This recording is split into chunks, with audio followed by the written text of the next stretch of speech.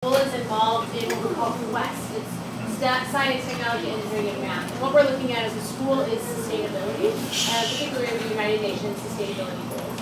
And part of that has to do with society injustice, economic injustice, and not just kind of what people traditionally think of when they think of sustainability in terms of work. But how do we have a society that is also sustainable? So half of this group is with me, and we're actually doing something on upcycling, but they joined us today because Ms. Humphrey is not here, who actually is kind of facilitating the other group. And they are looking particularly at the topic of racism, and then they kind of narrow that and realize how much gun violence is also related to racism. And so then Dyawna, as part of that group, invited you all to be with us today to share. So our students are just researching the topic, learning about the topic, and then figuring out what they can do to really make a difference around the topic of racism, of gun violence in our community, in our school. So thank you for being a part of that with us. And we are going to start with the next one. Okay, so my name is Dyawna. This is Isaiah. And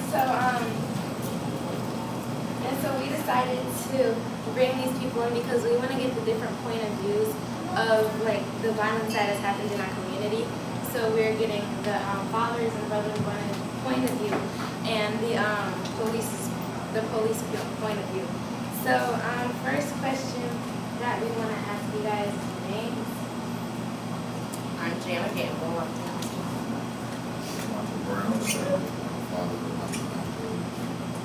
Paul Law, brother of Cary Law Jr. Otis, Bryant. Darius. Okay, the second question that we want to ask you guys is what racism is. Racism, to me, is completely opposite of God's plan. It's something that I've dealt with in my life as a young child your age, and even more so in my adult life, which is strange to me.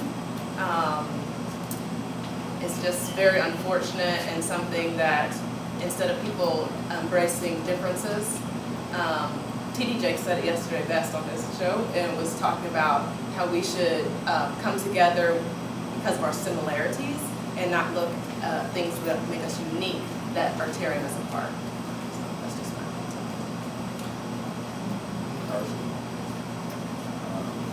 Racism doesn't have color. Racism to me is ignorance. Somebody just have bad judgment or just doing something just silly towards some people type of so how it's not black or white, it's just the action or the movement of the first one. Kind of piggyback off of what they said. To me, racism is one group of people treat another group of people differently based off of their age, color, sex, religion belief. I just feel like again, kind of like what Big Mike said, it doesn't technically always have a color. It's more like an action. And that's not perfect. Racism to me is unnecessary evil in our society because it creates a lot of friction, not only just color, but also age, people's personal beliefs, family beliefs, and it's going to turn down a lot of our future generations because racism in most cases is passed. Okay, the third question that we were asking. So the third question was, how have you been directly affected by gun violence? All right, well, I'll go first. My 24-year-old son was killed on July 29, 2015. A drive-by gun violence on the street.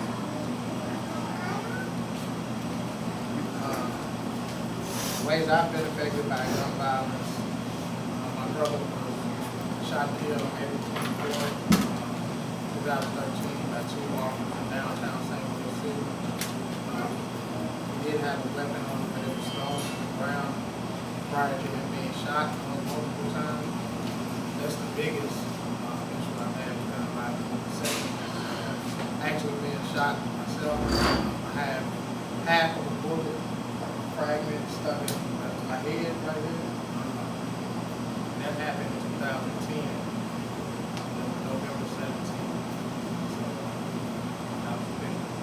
Got caught in the crossfire and some guys were shooting my truck.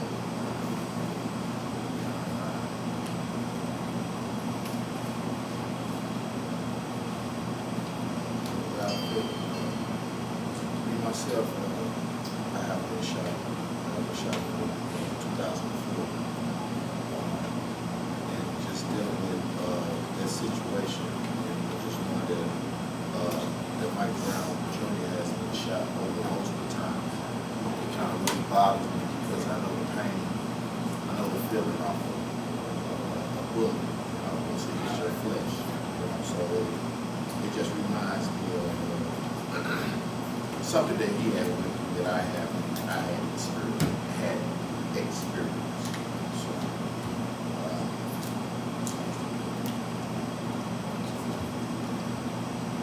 So, So I haven't personally been affected by gun violence, but I am part of Michael Sr.'s foundation, the Mike Brown Foundation, Chosen for Change. And so because of that connection, I'm constantly connected to people with issues with gun violence, families that have been affected by gun violence, individuals, brothers and sisters, mothers and fathers.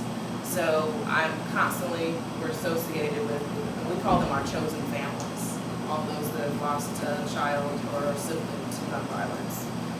And so supporting them, and as you all know, it's been very traumatic for everyone watching the news and on the internet, experiencing this in our community. We're all affected, whether it's directly to someone you know and love, or if you're constantly seeing it on the internet or on TV. We're all affected by all of these situations. And fortunately for us, we have a family in each other, and we build out that family, and constantly, unfortunately, people are being added to the family every day.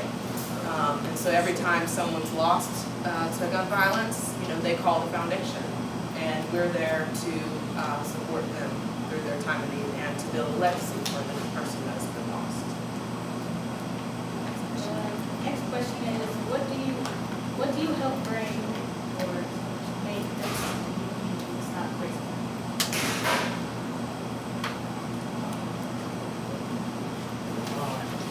One of the things that I do personally is like what Jana said, is I try to bring people together based off their similarities.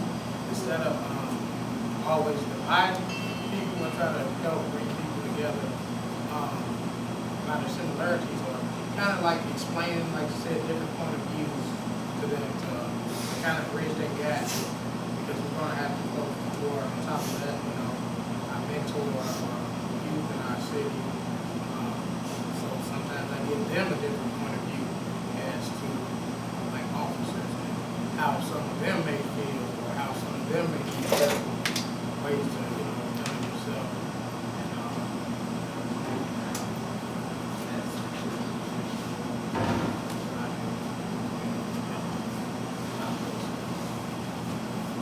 I really don't entertain people when they start kind of talking against other races or showing some some prejudice.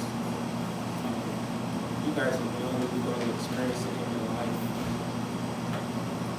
I think racism is worse than bullying. And I know that a lot of schools really stress the situations of bullying that leads to suicide and all that. But when you have friends, more friends that start the conversation of putting people down because of color and differences that they grow up in, the best thing for you to do is just stop those people in their tracks and make sure it's known. That's not a fair statement. That's not very nice. I can't appreciate you saying that about our friend. Somebody has to stand up. And if you can find it in your heart, speak up to a person that's talking negative about something. That's it. Because of it. I think you're going to win a lot of people all want to be victories, right?